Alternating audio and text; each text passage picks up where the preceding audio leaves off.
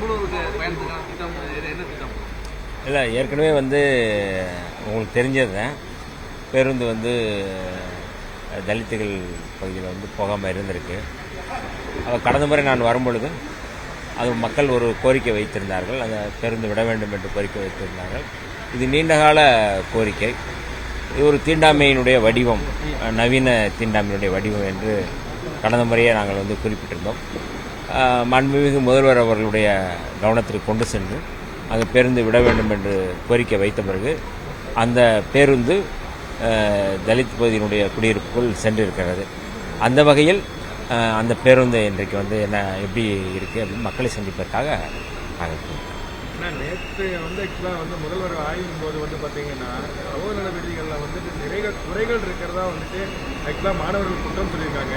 அது வந்து ஆக்சுவலாக நீங்கள் நேரில் போய் ஆய்வு பண்ணி தீர்க்கப்படுமா? நிறைய இடங்களில் இந்த குற்றச்சாட்டுகள் எழுதிட்டு இருக்கு.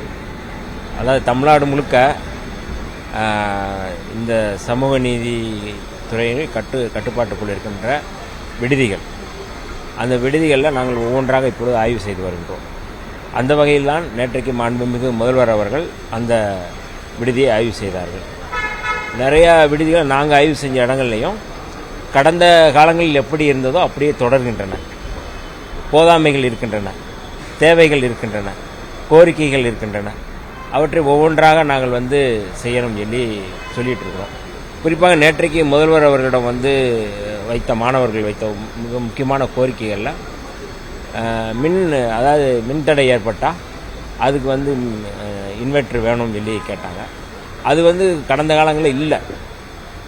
கடந்த 10 ஆண்டுகளுக்கு மேலாக 15 ஆண்டுகளுக்கு மேலாக மின்தடை ஆயிடுச்சுன்னா அது எப்போ வருமோ அப்போ தான் வரும். ஆனால் மாணவர்கள் அந்த கோரிக்கையை சொன்ன உடனே வீடுகளில் இன்வெர்டர் இருக்குது, எங்களுக்கு இல்லை அப்படின்னு சொல்லும்போது அதை கவனத்தோடு கேட்டு உடனடியாக அதை வந்து அதுக்கான பட்ஜெட்டை கூட்டி உடனே செய்யுங்க அப்படின்னு சொல்லியிருக்கிறாரு. ஆக தேவைகள் என்னென்ன அப்படிங்கிறத பொறுத்து தான் நம்ம வந்து பண்ணுறோம். அதனால் மாணவர்களுடைய உணவு அந்த தரத்தையும் நாங்கள் வந்து கூட்டணும்னு சொல்லியிருக்கிறோம். ஒவ்வொன்றாக அதை வந்து பரிசீலிக்கணும். உடனடியாக மாண்புமிகு முதல்வர் அவர்களும் எங்களுக்கு வந்து உத்தரவிட்டிருக்கிறாரு, நீங்கள் இதெல்லாம் செய்யணும் அப்படின்னு சொல்லியிருக்கிறாங்க. நாங்கள் அதை செய்வதற்கான வேலை திட்டங்களை வந்து தொடங்கியிருக்கோம். ஆதி திராவிடர் நலத்துறை அப்படின்ற பெயர் மாற்றம் வந்து வருத்தம் அளிக்கிறது சொல்லி திருமாவளவன் சொல்லியிருந்தது.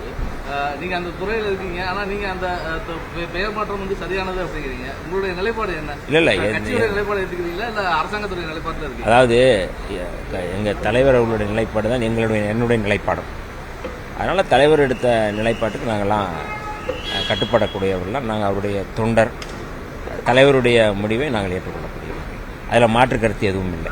இப்போ பள்ளிகளெல்லாம் வந்து கொடுக்கக்கூடிய அந்த நோட்லாம் வந்து டைரியில் வந்து ஜாதி பேர்லாம் கேட்கக்கூடிய நிகழ்வுகள் தொடர்ச்சியாக இருந்தது. ஏற்கனவே அரசாணைகள் இருந்தும் ஒன்றும் தனியார் பள்ளிகளெல்லாம் வந்து இல்லை, அப்படி எங்காவது இருந்ததுன்னா நம்ம வந்து கடும் நடவடிக்கை எடுக்கப்படும் சொல்லி மாண்புமிகு பள்ளிக்கல்வித்துறை அமைச்சரே வந்து சொல்லியிருக்கிறாரு. அதுதான் எல்லா துறைகளுக்கும் அதுதான் பொருந்தும். புதிதாக இல்லை, எங்கேயுமே சாதி தொடர்பான அணுகுமுறையோ அந்த பாகுபாடோ இருக்கக்கூடாது என்பதால் அந்த அடிப்படையில் தான் நாங்கள் வந்து செயல்பட்டு கொண்டிருக்கோம். சமூக நல விடுதிகளில் நீங்கள் இப்போ வந்து அமைச்சராக பொறுப்பேற்றீங்க. அதாவது ஏதாவது அவங்களுக்கு செஞ்சு கொடுக்கறதுக்கான திட்டங்கள், புதிய திட்டங்கள் ஏதாவது வச்சுருக்கீங்களா? தற்போதைய நிலை மாற்றத்தை மாறி வந்து இல்லை, அதான் இப்போ சொன்னேன்ல, அவங்களுடைய தேவைகள், கோரிக்கைகள், போதாமைகள் எல்லாவற்றையும் தெரிந்துட்டு ஒன்று நாங்கள் செய்கிறோம். அதில் ஒன்று தான் இந்த வந்து இன்வெர்டர் ஒன்று, உணவு தரத்தை கூட்டுறது, இது எல்லாமே அதில் சொல்கிறது தான். அதனால் இல்லை, அதுதான் இதுவே மிக முக்கியமானதாக தான் இருக்கிறோம்.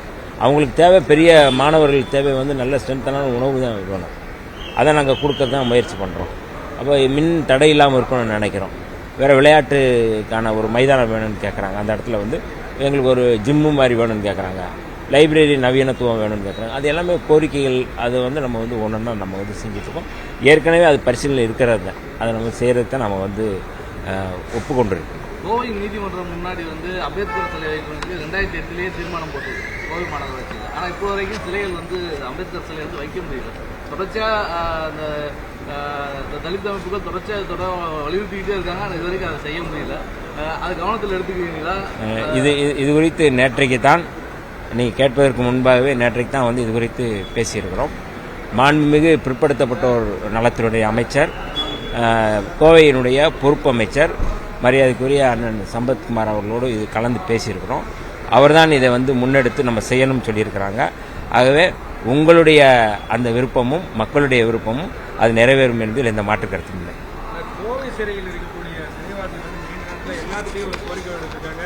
அவங்களை வந்துட்டு ஆக்சுவலாக ரிலீஸ் பண்ணணும்னு சொல்லிட்டு இது வந்து நீங்கள் வந்து ஆக்சுவலாக வந்து அரசுக்கு வந்துட்டு இதை பற்றி நீங்கள் இது பண்ணுவீங்களா?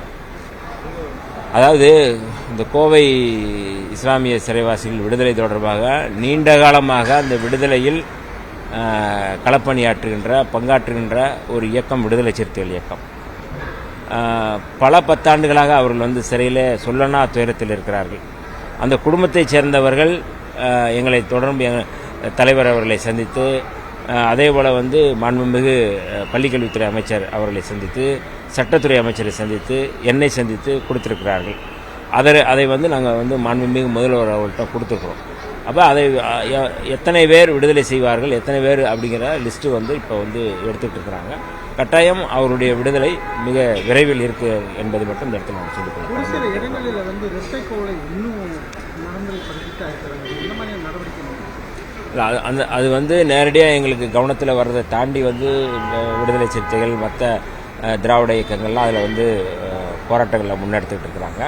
அதை ஒழிக்கவும் செஞ்சுட்டு இருக்கிறோம். வெளிப்படையாக அஃபீஸியலாக எங்காவது இருக்குது அப்படின்னா நம்ம கவனத்துக்கு வந்துச்சுன்னா உடனே அதுக்கு மேலே நடவடிக்கை எடுக்கிறோம். மாண்புமிகு முதல்வர் அவர்கள் கடந்த முறை நாங்கள் வந்து பேசும்பொழுது இந்த மாதிரி இரட்டை கோலை எங்காவது இருந்தால் கடும் நடவடிக்கை எடுக்கப்படும் சொல்லியிருக்கிறாங்க.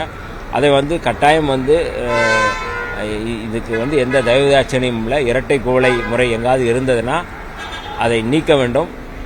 அந்த மாதிரியான தீண்டாமையை கடைபிடிப்பவர்கள் மீது கடும் நடவடிக்கை எடுக்கப்படும் அப்படிங்கிறது. பகுதியில் இருக்கிற பழங்குடியினருக்கு இன்னும் அடிப்படை வசதிகள் எதுவும் சரியாக கிடைக்கல அப்படிங்கிறது. இப்போ தான் சமீபத்தில் தான் நான் வந்து இந்த ஒவ்வொரு மலைப்பகுதியாக நாங்கள் போயிட்டுருக்கோம். பழங்குடி மக்களுடைய வாழ்வாதார பிரச்சனை, அவர்களுடைய தேவைகள், அவர்களுடைய கோரிக்கை எல்லாவற்றையும் கேட்டறிந்து ஒவ்வொரு மலைப்பகுதியாக போயிருக்கோம். இப்போ வந்து நாங்கள் வந்து கல்வராயன் மலைக்கு போயிருந்தோம். அதற்கு முன்பு வந்து ஈரோட்டில் இருக்கிற காளி திம்பம் போயிருந்தோம். ஒவ்வொன்றாக நாங்கள் வந்து கேட்டறிந்து, அதாவது இதுவரை எந்த அமைச்சரும் வந்து இது மாதிரியான மலைப்பகுதியில் அதை போக முடியாத மலைக்கு யாரும் போனதில்லை. நாங்கள் போய் அதிகாரிகளோட போய் ஆட்சியரோட போய் அதை வந்து அவருடைய பிரச்சனை என்னன்னு கேட்டுட்ருக்குறோம். சாலைகள் இல்லை அப்படிங்கிறத இப்போ தான் நம்ம வந்து அதை வந்து அவர்களுக்கு ஒரு சிறப்பு கவனம், ஸ்பெஷல் கேர் எடுக்கக்கூடிய ஒரு அரசாக நம்முடைய அரசு இருக்குது அப்படிங்கிறத வந்து அந்த மக்கள் புரிஞ்சிருக்கிறாங்க. கட்டாயம் அதை வந்து நாங்கள் நிறைவேற்றுவோம். தொடர்ச்சியாக அரசு தொடர்பான அரசின் மீது பல்வேறு ஆக்கப்பூர்வமான விமர்சனங்களை முன் வச்சுருக்காங்க. ஆனால் வைகோ வந்து அந்த மாதிரி விமர்சனத்துக்கு ஏன் அப்படின்னு சொல்லிட்டு ஒரு காட்டமாக விடுதலை சிறுத்தைகள் பேர் சொல்லாமல் காட்டமாக வந்து விமர்சிச்சிருக்காரு. ஏற்கனவே வந்து கிளைகளே இல்லாத கட்சிக்கு 8 தொகுதி கொடுத்தாங்க அப்படின்னு சொல்லி அப்பயும் விமர்சிச்சிருக்காரு. தொடர்ச்சியாக விடுதலை சிறுத்தைகள் மேலே வைகோக்கு என்ன கோவம்? தொடர்ச்சியாக பேசிக்கிட்டே இருக்கு. அண்ணன் வைகோ அவர்களை நாங்கள் எப்போதும் நேசிக்கக்கூடியவர்கள். அவர் எந்த விமர்சனமும் எவ்வளவு அவதூறு பரப்பினாலும் அவரை எப்போதும் நேசிப்பவர்கள் விடுதலை சிறுத்தைகள் என்பதை அவர் புரிந்து கொள்வார்.